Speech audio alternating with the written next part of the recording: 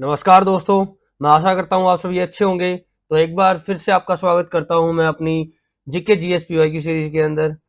कुछ दिनों पहले ही हमारा एसएससी ने कैलेंडर रिवाइज कैलेंडर डाल दिया है और अब अराउंड अराउंड हमारे पास 3 मंथ्स है हमारे एग्जाम्स को लेकर। सीजीएल का एग्जाम अगस्त में कंडक्ट होगा, आपको सबको पता है। So we have to be focused on that. मैं आपको हमेशा कहते रहता हूँ एक बात कि 80 to 85% आपका exam is focused on PYQs.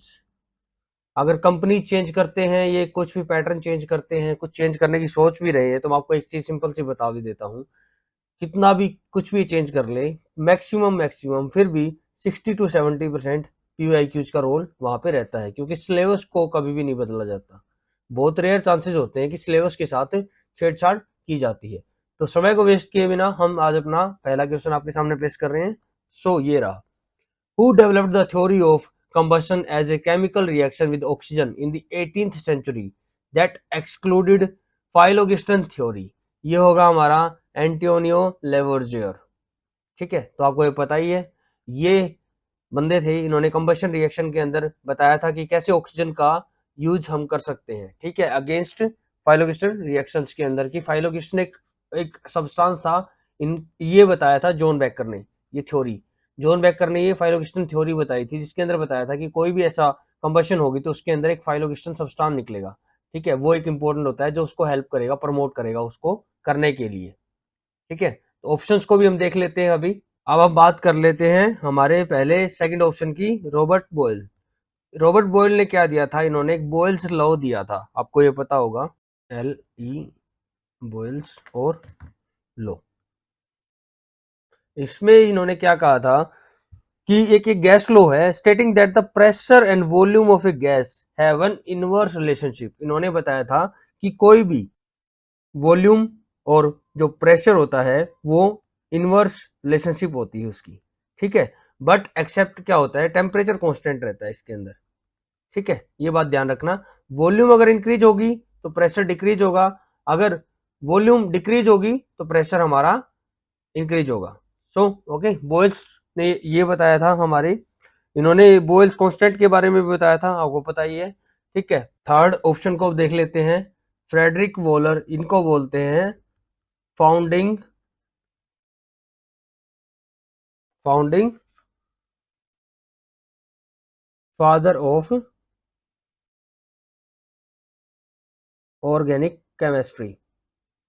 ठीक है, और इन्होंने यूरिया भी सिंथेसाइज करके दिखाया था, ये आप देख लेना, है ना। सो ये थे founding father of organic chemistry. और एंटोन लेवॉइजर के बारे में आपको एक चीज और बता देता हूँ। इन्होंने कार्बन ऑक्सीजन की डिस्कवरी भी की थी। ठीक है, और हाइड्रोजन की भी डिस्कवरी की थी इन्होंने। और इन्होंने फाइलोगेशन थ्योरी के बारे में भी बताया था, उसका उसको अपोज किया था, और इन्होंने कहा था कि ऑक्सीजन है ना, वो कंबशन और रेस्पिरेशन के अंदर यूज हो सकती है। ऑब्वियसली कंबशन आपको पता है कैसे फ्लेम जलती है, तो उसके अंदर ऑक्सीजन का कितना बड़ा रोल होता है। रेस्पिरेशन के अंदर भी वैसे ही होता है ना। तो नेक्स्ट क्वेश्चन पे मूव करते हैं आज हम। Okay, what do you mean by एलेंस rule? First of all आपको ये जानना होगा एलेंस रूल क्या है, तब आप इस चीज के बारे में समझ पाओगे। आंसर तो आपको दिख गया। Mammals from colder climate generally have shorter ears and limbs to minimise the heat loss. Okay, देखो पहले एलेंस रूल समझा देता हूं मैं आपको क्या था। देखो ये रहा। अब ये समझो इन्होंने कहा क्या था। सबसे पहले एलन ने बताया था कि सिग्निफिकेंट, सॉरी, इन्होंने बताया था, इस रूल के बारे में मैं आपको बता देता हूँ। इसने कहा था that states that significant differences exist in the size of external organ external organs of animals.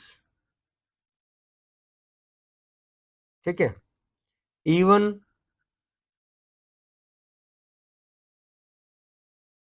within the same species depending upon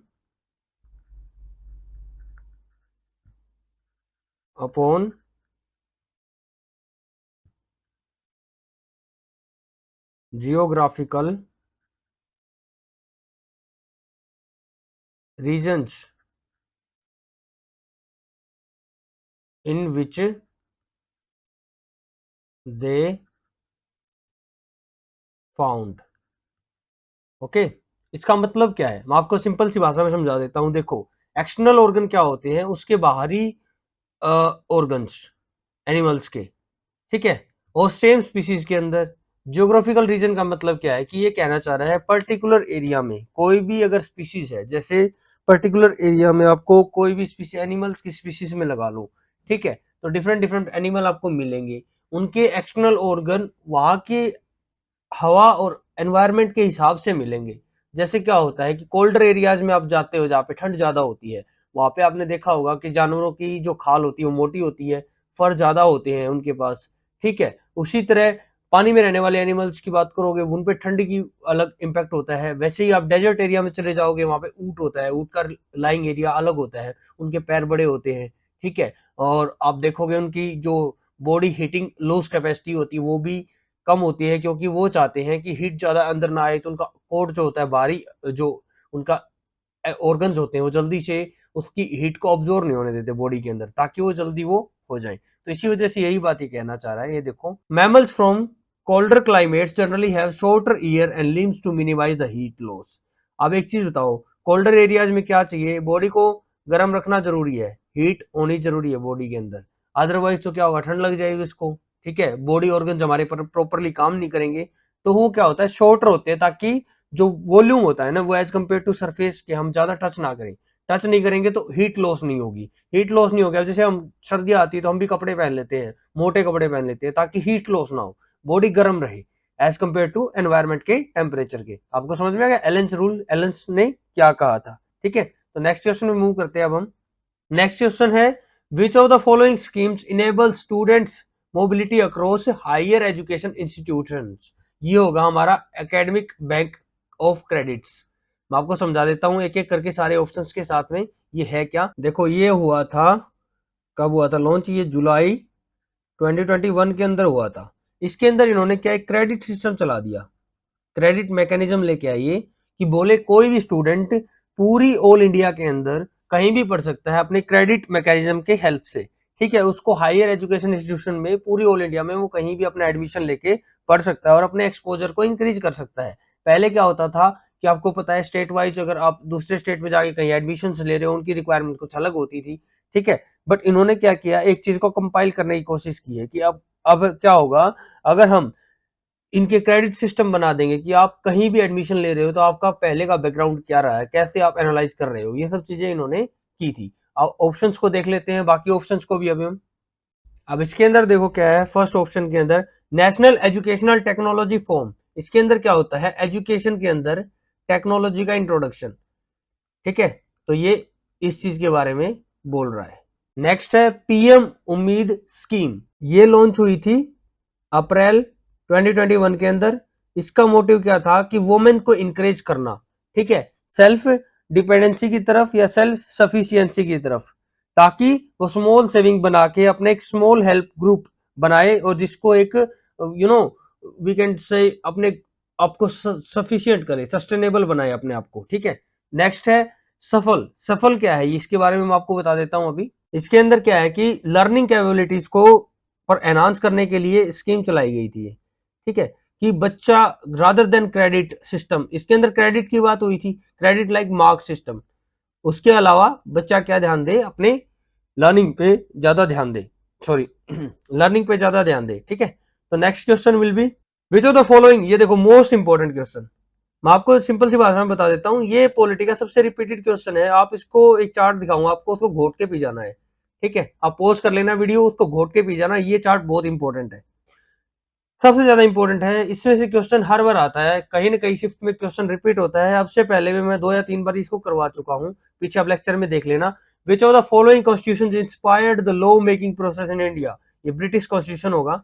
इसके अंदर मैं बाकी देखो आपको चार्ट दिखाता हूँ अभी। ये गवर्नमेंट ऑफ इंडिया एक्ट 1935 से हमने क्या क्या फीचर बोरो किए, जैसे फेडरल स्कीम होगी, office of governor, judiciary, public service commission, emergency provisions, ठीक है, जो आर्टिकल 356 और 365 की बात करता है। ब्रिटिश कॉन्स्टिट्यूशन ने हमने क्या क्या लिया है देखो, parliamentary government, rule of law, जो ये अभी पूछा गया है, लेजिस्लेटिव प्रोसीजर, सिंगल सिटीजनशिप, ये बात ध्यान रखना। अभी सिटीजनशिप के ऊपर बात हो रही है क्योंकि देखो ये पाकिस्तानी उसको बाहर निकाला जा रहा है ना, तो ये भी मैटर है, ठीक है। प्रोरोगेटिव रिट्स, रिट्स जो होती है, रिट्स जारी करता है जो हमारे high court, supreme courts. Parliamentary privileges, by cameralism, हमारे दो हाउसेस हैं, ठीक है। यूएस कॉन्स्टिट्यूशन से हमने फंडामेंटल राइट लिए हैं, independence of judiciary, judicial review, ठीक है, impeachment of president, removal of supreme court, high court जजेस, post of vice president. Irish constitution से हमने लिया डीपीएसपी, ठीक है, nomination of member to Rajya Sabha, method of election. तो आप ये देख लेना सारे, ठीक है, ये बहुत इंपॉर्टेंट है, मैंने 2-3 बार रिपीट करवा दिए हैं, ठीक है। Next question will be which of the following definitions best describes the concept of micro finances. ये देखो ये इसकी डेफिनेशन हो जाएगी, micro finance is a banking service provider to unemployed और लो इनकम इंडिविजुअल और groups who otherwise wouldn't have no other access to financial service। ये कहना क्या चाह रहा है, माइक्रो का मतलब क्या था, छोटी, फाइनेंस मतलब थोड़ा, मतलब स्मॉल क्रेडिट पे लोन देना, ठीक है। अब जैसे क्या होता है कि आपके पास अगर इनकम अच्छी नहीं है तो आपका क्रेडिट स्कोर भी ऑब्वियसली अच्छा नहीं होगा, बैंक्स आपको कंसिडर नहीं करेंगे, तो आपको लोन्स कहाँ से मिलता है, वहां पे माइक्रो फाइनेंस इंस्टीट्यूशंस की हेल्प ली जाती है। इनको मार्केट के अंदर ये छोटे लोन्स देने के लिए स्मॉल जो हमारे वो होते हैं ना, अनएम्प्लॉयड होते हैं, स्मॉल लो इनकम वाले लोग होते हैं, उनको ये अपना एक सेविंग अकाउंट प्रोवाइड करते हैं, उसके अंदर कुछ पैसे देते हैं या उनको स्मॉल लोन्स देते हैं कुछ अपने एक डिसाइडेड रेट्स के ऊपर। तो अब जैसे और ऑप्शंस को भी देख लेते हैं पहले हम। अब इसमें देखो फर्स्ट में क्या है, इसने बता दिया कि कंपनी रजिस्टर्ड है, कंपनी एक्ट 1956, इसके अंदर फिर हमने इसने तो डेफिनेशन की बात की ना, ये तो एक टाइप से लीगल स्ट्रक्चर की बात करने लगा कि किस चीज के अंडर ये बनी हुई है, तो इसका हमारे उसमें कोई ज्यादा इंपॉर्टेंट यूज है नहीं, है ना। अब थर्ड में देखते हैं, micro finance institution is a digital only और मोबाइल फर्स्ट बैंक। ये तो कोई बात नहीं है, तो सब करते हैं। माइक्रो फाइनेंस का फर्स्ट फोकस क्या होता है कि उन लोगों तक पैसा पहुंचाना जहाँ पे वो एक्सेस नहीं कर पा रहे हैं, ओके। और ये micro finance refer to providing bank service to the individual in rural, ये रूरल एरियाज में इसलिए ज्यादा एक्सेस नहीं कर पा रहे हैं क्योंकि आपको पता है वहां पे अभी भी ट्रेडिशनल सिस्टम्स चलते हैं, ठीक है, बार्टर टाइप के या लाला वाले सिस्टम, सो आप समझ सकते हो, है ना। सो नेक्स्ट, ये हिंदी में आप देख लेना इसका अनुवाद। Next, Ernest Rutherford used about dash thick gold foil for alpha scattering experiment. ये 1000 एटम्स हैं। अब अर्नेस्ट रदरफोर्ड के बारे में आपको थोड़ा सा बता देता हूं अभी। ये देखो इसने ये पहले एक्सपेरिमेंट किया क्यों था, वैसे जो इसका एक्सपेरिमेंट था वो किसकी डिस्कवरी के लिए रिस्पॉन्सिबल था, वो था हमारा एटॉमिक न्यूक्लियाई, ठीक है, एटॉमिक न्यूक्लियस के ऊपर था। बट ये क्या कर रहा है, यहाँ पे थिन गोल्ड फॉयल लेता है, ज्यादा से ज्यादा थिन लेने की कोशिश करता है, जो 1000 एटम की होती है। उस पर क्या करता है, ये अल्फा पार्टिकल्स का, अल्फा जो पार्टिकल्स होते हैं उनका ये स्कैटरिंग करवाता है हमारे गोल्ड फॉयल के ऊपर। फिर ये क्या करता है, ये अल्फा पार्टिकल जो फास्ट मूविंग पार्टिकल्स होते हैं ना, उनको ये क्रॉस करने की कोशिश करता है ऐसे इसके अंदर से। तो कुछ क्या होता है, हाईली डिफ्लेक्शन दिखाते हैं, कुछ डिफ्लेक्शन शो नहीं करते, कुछ स्टेट पास आउट हो जाते हैं। तो फिर इसे इससे क्या देखता है, जो न्यूक्लियस से टकराते हैं वो बिल्कुल ही डिफ्लेक्ट हो जाते हैं अपने पाथ से। तो इसको यहाँ पे क्या देखने को मिलता है कि जो पॉजिटिवली चार्ज न्यूक्लियस होता है, इसने ये अपने न्यूक्लियस मॉडल के अंदर बताया कि ठीक है, तो ये और ये बताता है कि ठीक है, जो न्यूक्लियस वाले जो पार्टिकल्स होते हैं वो पॉजिटिवली चार्ज होते हैं, जो न्यूक्लियर मॉडल में बताता है अपना। फिर ये बताता है कि इलेक्ट्रॉन्स होते हैं वो सर्कल के अराउंड रिवॉल्व करते रहते हैं और न्यूक्लियस स्मॉल साइज का होता है, तो ये बताता है। बाकी जैसे और डिस्कवरीज कैसे ऐसे क्या हुई थी, इलेक्ट्रॉन की किसने की थी डिस्कवरी, ये है जे जे थॉमसन ने, जे जे थॉमसन 1896 में। और अब चलो मैं आपको एक काम दे के जाता हूँ, न्यूट्रॉन की डिस्कवरी बताना आप किसने की थी, ठीक है, कमेंट सेक्शन में, और ये कब की थी, तो आप ये बताना, ठीक है मेरे को। Next question, in May 2022 then the president Ramnath Kovind appointed as the lieutenant governor of Delhi. ये होंगे विनय कुमार सक्सेना जी, हमारे जो अभी भी वहां पे लेफ्टिनेंट गवर्नर है, ठीक है, जिसके लिए टसल चलता रहता है। कभी कभी आपको पता है दिल्ली गवर्नमेंट, अभी जो पहले जो दिल्ली गवर्नमेंट थी जो आम आदमी पार्टी वाली, और उसका टसल चलता रहता था। अब तो बीजेपी होगी, इनके ये गवर्नर हो गए, so it's no problem with that. अभी और एक चीज मैं आपसे पूछता हूँ, रामनाथ कोविंद ने भी वो उस कमेटी के अध्यक्ष रहे हैं जिसने one nation one election approve की थी या रिप्रेजेंट की थी। आप ये ध्यान रखना, वन नेशन वन इलेक्शन, तो यहाँ पे ध्यान रखना, उस कमेटी के हेड थे ये, ध्यान रखना। Okay, next, how many players are there on each side of the kabaddi team in field? ये होंगे 7। इसके बारे कबड्डी के बारे में थोड़ा समझो। इसके अंदर क्या होता है, आपको पता है कि 7 प्लेयर होते हैं, 5 सब्स्टिट्यूट होते हैं ईच साइड में, ठीक है। एक रेडर होता है, एक डिफेंडर होता है इसके अंदर, रेडर और डिफेंडर, ठीक है। और ये करीब करीब इनका जो टाइम होता है वो 40 मिनट का गेम होता है, ठीक है। 2 टीम होती हैं इसके अंदर, 2 टीम्स होती हैं। और जो एरिया ऑफ कोर्ट होता है जिसके अंदर खेलते हैं उसको लॉबी बोला जाता है। एक्टिव एरिया जिसको बोलते हैं हम, जहाँ पे एक्टिव एरिया होता है ना, सॉरी, लॉबी, LOBBY, जो एक्टिव एरिया जहाँ पे वो खेलते हैं रेडर और डिफेंडर, ठीक है।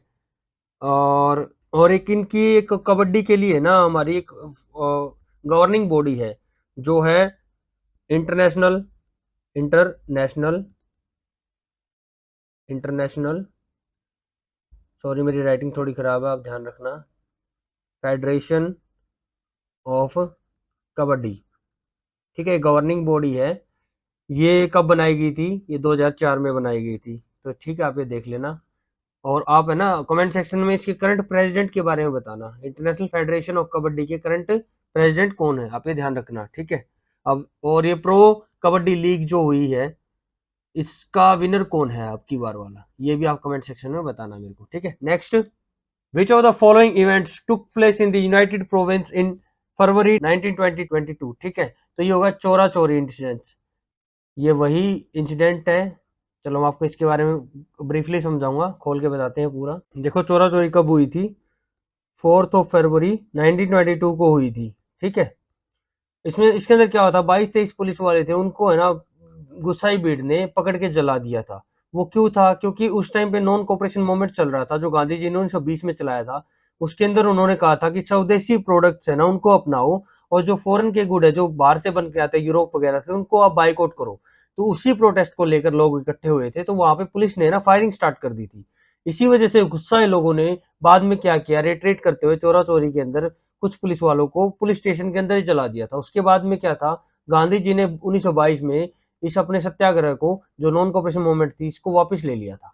और खिलाफत मूवमेंट के अंदर कैलिफेट मूवमेंट की बात थी, आपको पता है, जो कैलिफा को हटाया गया था, उसके अगेंस्ट मुस्लिम प्रो मुस्लिम इंस्टीट्यूशंस ने इंडिया के अंदर प्रोटेस्ट स्टार्ट किए थे अंग्रेजों के खिलाफ। और ये मूवमेंट थी करीब इसी टाइम पे थे, नॉन कॉपरेशन मूवमेंट ही के टाइम पे स्टार्ट हुई थी, ये 1919 और 22 के बीच में, ठीक है, कैलिफेट के लिए। और काकोरी इंसिडेंट कब हुआ था? ये हुआ था आपका 9 अगस्त 1925 को। काकोरी के अंदर है ना ट्रेन लूटी थी, किसने? HRA के मेंबर्स ने। HRA क्या था? हिंदुस्तान रिपब्लिक एसोसिएशन, ये रिपब्लिकन एसोसिएशन थे जिसके अंदर बाद में भगत सिंह भी ज्वाइन करते हैं। और ये ट्रेन लूटने में कौन कौन थे आपको बता देता हूं, भगत सिंह नहीं थे। ट्रेन लूटने में थे हमारे राम प्रसाद बिस्मिल जी और राजेंद्र लहरी, अशफाकुल्ला खान। इन्होंने क्या किया, एक ट्रेजरी से भरी ट्रेन थी जो रेलवे स्टेशन जैसे लखनऊ से 16 या 17 किलोमीटर पीछे एक वो आता है, ठीक है, काकोरी, वहां पे काकोरी के पास इन्होंने ट्रेन को लूटा था। वहां पे ट्रेजरी बैग्स और कुछ हथियार इन्होंने लूट लिए थे। इसके बाद क्या हुआ था, ये हमारे राम प्रसाद बिस्मिल और आसफाकुल्ला खान और जो ये हमारे राजेंद्र लहरी जी थे ना, इनको फांसी दे दी गई थी, इनको एग्जीक्यूट कर दिया गया था अंग्रेजों के द्वारा। जिस ये यही वही ऑर्गेनाइजेशन है जिसको बाद में HSRA बनाया जाता है, जिसमें भगत सिंह वगैरह भी ज्वाइन करते हैं। और क्विट इंडिया मूवमेंट के बारे में पता है, जब गांधी जी ने आवाज दी थी कि भारत छोड़ो अंग्रेजों, ठीक है, सो आपको पता ही है 1942 में हुई थी, है ना। Next, the Mahalanobis model was the basis for which 5 year plan? Second होगा, ठीक है। मैं बाकी आपके प्लान्स के बारे में थोड़ा क्विकली बता देता हूं क्योंकि टाइम की कमी रह जाएगी, फिर टाइम ज्यादा हो जाएगा, लंबा हो जाएगा लेक्चर थोड़ा ज्यादा। ये सेकंड 5 ईयर प्लान कब से कब तक आया था, मैं आपको बता देता हूँ पहले। 1956 से 1961 के बीच का टाइम था, ठीक है, जिसके अंदर बताया गया था, ये थे पीसी महालनोबिस, जो थे प्रशांता चंद्रा महालनोबिस, इसके अंदर रैपिड इंडस्ट्रियलाइजेशन की बात हुई थी, और इसके अंदर 5 अपने स्टील प्लांट्स भी आए थे, सॉरी हाँ 5 स्टील प्लांट्स और कुछ हाइड्रो इलेक्ट्रिक प्रोजेक्ट्स तो इंडिया में जो आए थे, हाइड्रो इलेक्ट्रिक प्रोजेक्ट्स भी थे, और स्टील प्लांट्स थे वो किसकी, सोवियत यूनियन और ब्रिटेन की हेल्प से हमने यहाँ पे एस्टेब्लिश किए थे। कुछ रेलवे लाइंस का भी इंट्रोडक्शन हुआ था ताकि हम इंडस्ट्रियलाइजेशन को थोड़ा ज्यादा प्रमोट कर सके हमारी कंट्री के अंदर। और अब बात करते हैं फोर्थ 5 ईयर प्लान की। फोर्थ में क्या था, 1969 टू 74 यहाँ पे इंदिरा गांधी जी हमारे पीएम होती थी। इसके अंदर गडगिल फार्मूला लेके आए थे जो सेल्फ रिलायंस मतलब खुद के ऊपर डिपेंड होने की बात करता है, कि मेड इन इंडिया जैसे अब चल रहा है, उस टाइम पे सेल्फ रिलायंस की बात हो रही थी। तो इसके अंदर 14 मेजर बैंक्स को नेशनलाइज किया गया था फोर्थ में। अब बात करते हैं हम सिक्स 5 ईयर प्लान की। ये आया था आपका 1980s टू 85 के अंदर। इसके अंदर फैमिली प्लानिंग की बात हुई थी, आप ये ध्यान रखना, कि ओवर पॉपुलेशन को बचाने के लिए, ठीक है। और इसके अंदर एक शिवारमन शिवारम सॉरी शिवारमन कमेटी जी हमारी, उसकी रिकमेंडेशन पे हमारा national bank for agriculture and rural development था, एक national bank for agriculture and rural development, ये एस्टेब्लिश किया गया था, ठीक है। और इकोनॉमिक लिबरलाइजेशन की बात हुई थी। और फर्स्ट 5 ईयर प्लान में फर्स्ट में क्या हुआ था, ये आपको पता है, आया था 1951 टू 56 के अंदर, जब हमारे नेहरू जी हमारे वो होते थे, प्राइम मिनिस्टर होते थे, ठीक है। और इसके अंदर क्या हुआ था, जैसे हमारा इसमें फोकस प्राइमरी सेक्टर पे ज्यादा था, क्योंकि उस टाइम पे है ना एग्रीकल्चर वगैरह भी कुछ ज्यादा हमारा डेवलप नहीं था, तो कुछ ज्यादा हम कुछ खास कर नहीं पा रहे थे हमारी उसके अंदर। और इसको हम हेरोड डोमर मॉडल के ऊपर डिस्कस करते हैं, इसको बोलते हैं, ठीक है। ये उसी पे एस्टेब्लिश्ड है। तो आपको समझ में आ गया, सारे 5 ईयर प्लान्स मैंने वैसे पहले भी करवाए थे। अगर आगे क्वेश्चन आते हैं तो हमें आपको एक एक ब्रीफली बताते रहेंगे, ठीक है। Next, in which state of India was the Neeru Meeru programme introduced for the construction of water harvesting. ये आंध्र प्रदेश में होगा, ठीक है, ये करंट का है। और ये रिपीटेड क्वेश्चन भी है, मैं आपको बता देता हूँ। ये क्वेश्चन शायद सीपीओ 2020 का है, ठीक है, ये ध्यान रख लेना आप। और ये क्या है, वाटर हार्वेस्टिंग, वाटर कंजर्वेशन के लिए बात करता है ये, ठीक है। और ये लॉन्च कब हुआ था, ये लॉन्च हुआ था हमारा मई 2000 को, ठीक है। ये वाटर कंजर्वेशन मिशन के अंडर ही आता है। और आंध्र प्रदेश में क्योंकि वहां पे थोड़ा ड्रॉट का इशू होता है ना, तो इस वजह से इसको इंट्रोड्यूस किया गया था, ठीक है। Next will be Lata Mangeshkar was honoured with the Bharat Ratna in year 2001। ये मोस्ट रिपीटेड क्वेश्चन है, 2024 में भी 2 बार आ चुका है, अभी से पहले सीजीएल 2022 में भी आया हुआ है ये। और ये सीएचएसएल और एमटीएस का भी क्वेश्चन है, ठीक है, आप ये देख लेना। नेक्स्ट, ये इतना कोई डीपली बढ़ाने वाला क्वेश्चन है नहीं। In which of the following district of Rajasthan are the barchans found. Barchans क्या होते हैं, ये सैंड ड्यून्स होते हैं, ये ऐसे देख लो, यहाँ पे देख सकते हो, ऐसे सैंड ड्यून्स होते हैं, ये जैसलमेर के अंदर ज्यादा मिलते हैं। और ये कैसे होते हैं, वैसे क्रेसेंट शेप अगर इनकी पूछ लेना कोई, तो आपको बता देता हूँ, क्रेसेंट शेप के होते हैं, ठीक है, क्रेसेंट शेप के होते हैं सैंड ड्यून्स। और ये क्या होता है, एयर के फ्लो के साथ बन जाते हैं कभी कभी, क्योंकि एयर विंड फ्लो करती है ना कंटिन्यूसली, तो एक साइड से उसको इरोज कर देती है, इरोड कर देती है, और दूसरी तरफ ले जाती है, ठीक है। तो नेक्स्ट पे मूव करते हैं। विच of the following types of unemployment is found in India when people are employed for a certain period of year in tourist resort and various tourism related activities in the mountain region but are unemployed in off seasons। ये seasonal होगा, देखो ये बात क्या कर रहा है, season off season होगा तब तो अनएम्प्लॉय हो जाएंगे, बट वो सीजन होगा जब वो एम्प्लॉयड रहते हैं कुछ सर्टेन पीरियड के लिए, जैसे टूरिज्म सेक्टर के अंदर बता रहा है, ये टूरिस्ट रिजॉर्ट होते हैं। आपको पता है जैसे अभी कश्मीर का इंसिडेंट हुआ, तो आपको पता है वहां पे अभी सीजन होता है तभी लोग जाते हैं, अब इंसिडेंट ऐसे होते हैं तो लोग नहीं जाएंगे, तो उसको क्या कहेंगे, अंडर एम्प्लॉयमेंट की कंडीशन बनेगी वहां पे, है ना। तो मैं आपको ये वैसे रिपीटेड क्वेश्चन है, मैं आपको बता देता हूँ, ये पहले भी मैंने पढ़ाया था, अभी 2024 में भी आया हुआ है ये, पीछे शिफ्ट में, और ये 2022 में भी आया था, और ये सीपीओ का भी क्वेश्चन है। वैसे इंडिया के अंदर है ना, जैसे टाइप्स ऑफ एम्प्लॉयमेंट कितनी, मैं आपको पहले बता, जैसे फ्रिक्शनल होती है, और स्ट्रक्चरल है, साइक्लिक है, और सीजनल है, और हिडन एम्प्लॉयमेंट अनएम्प्लॉयमेंट जिसको बोलते हैं हम, है ना। सीजनल के बारे में आपको पता लग गया। अंडर एम्प्लॉयमेंट की सबको पता ही कि भाई जब एम्प्लॉयमेंट ना हो तो अंडर एम्प्लॉयमेंट ही होती है उसके पास, ठीक है, क्योंकि जब उसके पास कुछ करने को है ही नहीं तो वो अनएम्प्लॉयड ही कहलाएगा, ठीक है। तो डिस्गाइज स्टोर इनके बारे में आपको बता देता हूँ थोड़ा सा। पहले ये देखो, आप साइक्लिक के बारे में बताता हूँ मैं आपको। साइक्लिक क्या होता है, एक बिजनेस साइकिल टाइप का होता है, ठीक है। जैसे हम कोई भी काम कर रहे हैं, ठीक है, जिसमें जैसे बिजनेस होता है उसके अंदर हमें अब जैसे कोई भी ऐसे हम जूते की फैक्ट्री ही बना रखी है हमने, शूज की फैक्ट्री है। अब जैसे कब कई बार क्या होता है, गर्मियों में शूज की डिमांड थोड़ी सी कम हो जाती है, तो उस टाइम पे हम क्या करते हैं, वर्कर्स को ले ऑफ कर देते हैं कि भाई तू जा, उस टाइम के बाद आ जियो। ये साइकिल चलती रहती है ना। चलो हो गया। नेक्स्ट ये देखो, मोस्ट रिपीटेड क्वेश्चन ये एक और आ गया आपके सामने। ये डिफरेंट फॉर्मेट में पूछता है इसको। कभी क्या कहेगा, ये पूछेगा कि ये कहाँ पे है, मणिपुर के अंदर डांस एकेडमी का नाम क्या है। और अब इसने पूछा क्या, कब एस्टेब्लिश हुई थी, 1954 में। ये क्वेश्चन 2024 के अंदर भी रिपीटेड है, 2 के अंदर भी, 3 के अंदर भी। ये क्वेश्चन बहुत बार पूछा गया है, ठीक है।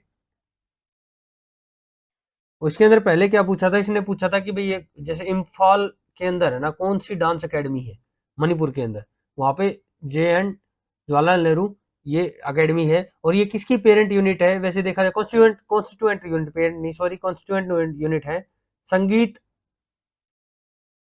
नाटक एकेडमी, जो न्यू दिल्ली के अंदर है ना, जो कब बनी थी 1952 के अंदर, जो क्वेश्चन भी है, पीवाईक्यू है। इसकी ये कॉन्स्टिट्यूएंट यूनिट है, ठीक है, आप ध्यान रख लेना। Next, Paush Mela is a unique festival celebrated in which of the following Indian states. ये वेस्ट बंगाल होगा, ये ध्यान रख लेना आप, ठीक है। ये सीजीएल 2019 का क्वेश्चन है। और ये क्या होता है, पौष मेला के अंदर जो आपका शांति निकेतन है ना, वहां पे एक एनुअल फेस्ट होता है, निकेतन, ठीक है, ध्यान रख लेना आप, वेस्ट बंगाल में। Next, according to which of the following foreign traveller people of Delhi used to write letters containing abuses to the Sultan thereof in order to punish them, Sultan decided to shift the capital। ये बताओ, ये होगा Ibn Battuta. इसके बारे में आपको बताता हूँ। ये देखो, ये मोरक्को का ट्रेवलर था। कब आया हुआ था ये आया था मोहम्मद बिन तुगलक के टाइम पे, ठीक है। और मोहम्मद बिन तुगलक ने इसकी स्कॉलरशिप, जो इसकी जो ज्ञान है उसको देखते हुए ना, इससे बड़ा इंप्रेस हुआ, तो इसको बना दिया था बतूता द काजी, मतलब जज है ना, जो दिल्ली का जज जज बना दिया था इसको, ठीक है। और इसकी एक बुक भी थी, रिहला, जिसको बुक ऑफ ट्रेवल्स बोलते हैं, जिसके अंदर इसने सोशियो और कल्चरल लाइफ के बारे में ब्रीफली डिस्क्राइब किया था, ठीक है। और इसने ये चीज क्यों आई है, मैं ये भी बता देता हूँ आपको। जैसे मोहम्मद बिन तुगलक को ये गालियां क्यों पड़ती, इसका रीजन क्या था। पहले तो इसने ना अपनी कैपिटल है ना, दिल्ली से दौलताबाद शिफ्ट कर दी थी, ठीक है। और दूसरा क्या था, इसने टोकन करेंसी लेके आई थी, जो बहुत ही अच्छे तरीके से फेल हुई थी, क्योंकि प्रीशियस मेटल मिल नहीं पा रही थी, सिल्वर वगैरह। तो उसने क्या किया, उसकी जगह कॉपर का कॉइन इंट्रोड्यूस कर दिया, और कॉपर को इक्विवेलेंट कर दिया किसके, सिल्वर के, जो हो नहीं सकता, पॉसिबल नहीं है। और एक टोकन करेंसी लेके आया, जो फेक करेंसी बननी स्टार्ट हो गई थी, ठीक है, वो फेल हो गई थी इसकी। और दूसरा, ये दिल्ली से दौलताबाद, अब दिल्ली वाला एरिया है, यहाँ पे यमुना की वो है, यमुना है या दोआब का एरिया है, यमुना यू उत्तर प्रदेश जहाँ पे है। अब यहाँ पे क्या फसल अच्छी हो जाती थी। अब ये चला गया दौलताबाद, वहां पे क्या पठारी एरिया, वहां पे फसल नहीं होती थी, तो लोग इसको टैक्स नहीं दे पाते थे। इसके ब्लंडर्स की वजह से लोग इसको गालियां देते थे। अब आपको समझ में आ गया, ठीक है। तो next, in 2022 which of the following railway station has been selected for the one station one product scheme launched by Indian Railways, which identifies Kanchipuram sari as the chosen product. ये सेंट्रल चेन्नई का होगा। मैं आपको वन स्टेशन वन प्रोडक्ट के बारे में थोड़ा बता देता हूँ पहले। अब इसके अंदर क्या था, देखो, ये 2022 में लॉन्च हुई थी। इसके अंदर क्या है कि इंडिजिनस जो प्रोडक्ट है ना, उनकी स्टॉल्स रेलवे स्टेशन पे अवेलेबल करवाएगी रेलवेज, कि उनको आप बेचो, उनको उसको डिस्प्ले किया जाएगा इंडिजिनस क्राफ्ट्स को, कि भाई आपने जो हाथों से चीजें बनाई है, जो लोकल चीजें है, जोनल एरियाज में किस जोन में क्या है। तो उसके हिसाब से इन्होंने एक चीजें डिसाइड कर ली थी कि किस जोन में हमें क्या चीज इंट्रोड्यूस करनी है। तो बाकी ऑप्शन के बारे में बता देता हूँ। अब ये देखो, हावड़ा के लिए इन्होंने क्या किया था, टेंट, जो हैंडलूम साड़ीज है ना, हैंडलूम साड़ीज को इन्होंने प्रोडक्ट बनाया था, आइडेंटिफाई किया था हैंडलूम साड़ीज को। और विशाखापट्टनम के अंदर थे वुडन टॉयज, ठीक है, जिसको हम इटी को पक्का टॉयज भी बोलते हैं। और पटना जंक्शन के लिए इन्होंने किया था मधुबनी पेंटिंग्स, जो थी ना, मधुबनी पेंटिंग्स, उसको इन्होंने वो किया था, इंट्रोड्यूस किया था, ठीक है। तो next, with reference to the Morley Minto reforms of 1909 consider the following statement. आपको मैं पहले मोरले मिंटो रिफॉर्म्स के बारे में बताऊंगा, आप इसके आपको आंसर तो पता है सभी, ठीक है। इसके अंदर कि कैसे इंडियन काउंसिल एक्ट 1909 आया था, स्ट्रेंथ इंक्रीज की थी, सेपरेट इलेक्टोरेट की बात की थी, जब इसको, ये पहला इंट्रोडक्शन था सेपरेट इलेक्टोरेट के लिए, मोरले मिंटो रिफॉर्म्स, ठीक है। इसके बारे में पहले आप समझो। इसके अंदर क्या है कि ये मोरले जो था ना, ये तो जॉन मोरले जिसको हम बोलते हैं, ये सेक्रेटरी ऑफ स्टेट्स था, और जो ये लॉर्ड मिंटो था ये वॉइस रॉय था। अब आप इसकी कंडीशंस को समझो। अब जैसे क्या कह रहा है पहले कि जैसे इसने स्ट्रेंथ इंक्रीज की थी, कितनी कर दी थी, पहले 16 मेंबर होते थे सेंट्रल लेजिस्लेटिव काउंसिल के अंदर, उसको 60 कर दिया गया था, ठीक है। और ये बाकी नंबर ऑफ प्रोविंसेस के अंदर वेरी करती थी, ठीक है। और क्या था, एक नॉन ऑफिशियल मेंबर्स की मेजोरिटी को इंक्रीज किया गया था। इनडायरेक्ट इलेक्टोरेट मुस्लिम्स के लिए लेके आए थे ये, ठीक है। इनडायरेक्ट इलेक्टोरेट की बात की थी इन्होंने। इंडियन का रिप्रेजेंटेशन को भी इंक्रीज करने की बात की थी इन्होंने। और इन्होंने क्या कहा था कि भाई ये जो जो सीएलसी पावर्स है ना, सीएलसी के पास पावर्स उनको भी एक्सपेंड कर देंगे हम, ठीक है। और इन्होंने क्या किया था, सत्येंद्र प्रसाद सिन्हा जो वाइसरॉय एग्जीक्यूटिव काउंसिल के अंदर, उनको भी अपॉइंट किया गया था एज ए लॉ मेंबर। कौन थे वो? सत्येंद्र प्रसाद सिन्हा, ठीक है, एसपी सिन्हा, आप ये ध्यान रख लेना, ठीक है। कम्युनल टेंशन के लिए इन्होंने सेपरेट इलेक्टोरेट को इंट्रोड्यूस किया था, ताकि ये कहीं ना कहीं, और इसको लॉर्ड मिंटो को है ना, फादर ऑफ मिंटो को फादर ऑफ कम्युनल इलेक्टोरेट भी कहते हैं, ठीक है, आप ध्यान रख लेना। तो इतना ही था इसके अंदर। नेक्स्ट पे मूव करते हैं। How long will sound waves will travel to take 1.5 kilometre which has a frequency of 5 kilometre, wavelength of 6 kilometre. ये होगा 5 सेकेंड्स। मैं आपको ये सॉल्व करके दिखा देता हूँ। न्यूमेरिकल है कि अच्छा सा, बहुत अच्छा न्यूमेरिकल है। तो न्यूमेरिकल से पहले आप न्यूमेरिकल कराता हूँ, उससे पहले आप वेव को समझो। वेव भी होती है इसके अंदर। वेव क्या है? ये ट्रांसपोर्ट ऑफ एनर्जी होती है विदाउट ट्रांसपोर्ट ऑफ मैटर, ठीक है, आप समझ गए। और इसकी प्रॉपर्टीज क्या है? वेवलेंथ की, वेव्स की वेवलेंथ होती है, वेवलेंथ को हम लैम्डा से रिप्रेजेंट करते हैं कि भाई कितने क्रेसेंट और ट्रफ आ रहे हैं इसकी वेव के अंदर, ठीक है। और फ्रीक्वेंसी की बात होती है, फिर फ्रीक्वेंसी आती है, frequency frequency number of oscillation की बात करती है वेव के अंदर। और फिर टाइम पीरियड की बात होती है, जो कंप्लीट वन साइकिल कंप्लीट करता है। इसके अंदर फ्रीक्वेंसी क्या होता है? 1/टाइम होता है, ठीक है।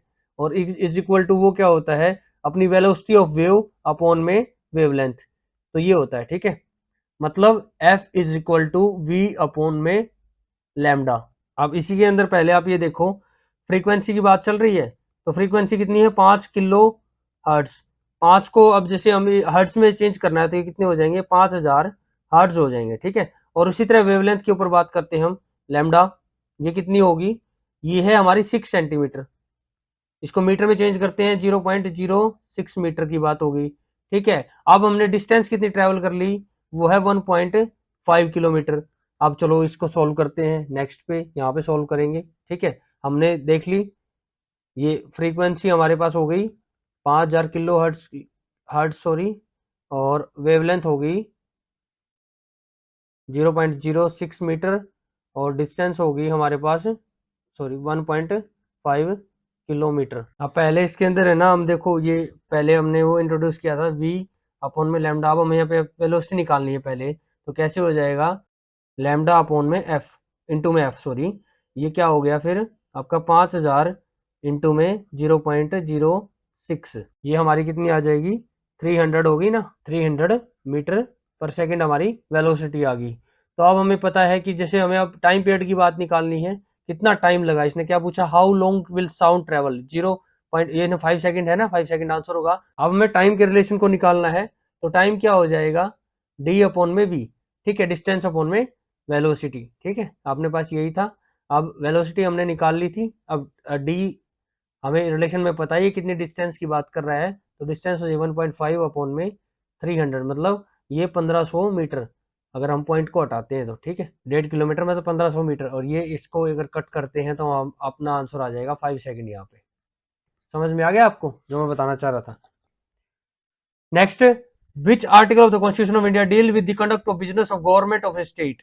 ये होगा आर्टिकल 166, ठीक है, कंडक्शन ऑफ हमारे जो कैसे जो स्टेट्स हमारे काम करते हैं। अब जैसे और देखो आप, ये तो कंडक्शन ऑफ बिजनेस के बारे में गवर्नमेंट के, इसके अंदर क्या होता है? चीफ मिनिस्टर और इनकी अदर मिनिस्टर की अपॉइंटमेंट के बारे में कहता है 164। और 167 क्या कहता है? चीफ मिनिस्टर की ड्यूटीज के बारे में कहता है कि सीएम की ड्यूटीज क्या क्या होंगी, कैसे कम्युनिकेट करना है, उसको फ्यूचर गोल्स कैसे रेडी करने हैं। और 177 क्या कहता है कि एडवोकेट जनरल और ऑल मिनिस्टर्स कैसे हमारी हाउस की प्रोसीडिंग्स के अंदर बैठेंगे, कैसे वोटिंग पैटर्न रहेगा। समझ में आ गया आपको? ये था। Next, Hari Prasad Chaurasia an Indian flautist in the Hindustani classical tradition was awarded with which of the following award in 2000। ठीक है, ये हमारा एक स्टैटिक जीके का क्वेश्चन है, बहुत बार आ चुका है, वैसे रिपीट भी होता रहता है। ये सीपीओ का क्वेश्चन है, शायद एक बार पहले रिपीट हुआ है, मेरे को जहां तक ध्यान में है। पद्म विभूषण होगा, ठीक है इसके अंदर। Next, which of the following term is not related to cricket, ये हर बच्चा जानता होगा, डिलूस होगा इसके अंदर। नो बॉल विकेट और वाइड होती है उसके अंदर हमारी क्रिकेट।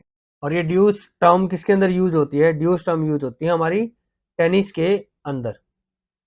अब इसके अंदर क्या होता है, जब दोनों ओपोनेंट बराबर पॉइंट्स लेना, जैसे स्कोर इक्वल हो गया, तो वो एक ड्यूस कहलाता है, उसको है ना, फिर बोथ ओपोनेंट को पॉइंट्स दे दिए जाते हैं। Next, Vasudev one who issued coins in gold, dinars, quarter dinars and copper single denomination was a Khalistan king. ये खुशाना के बारे में करता है। खुशान पहले थे जिन्होंने गोल्ड के कॉइन्स इंट्रोड्यूस किए थे।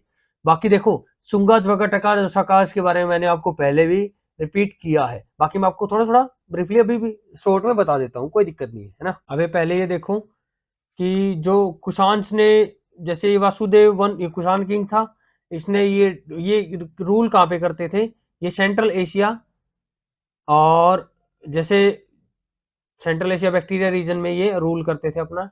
अब बात करते हैं हम आगे सुंगास की, पहले सुंगास की बात कर लेते हैं ना। सुंगास कौन थे, उसके अंदर पुष्यमित्र शुंग होता था एक, उसने इसकी जो नींव रखी थी वो क्या था, पहले वृद्धरथ एक मौर्यन एम्पायर के किंग थे, उनके कमांडर होते थे ये पहले।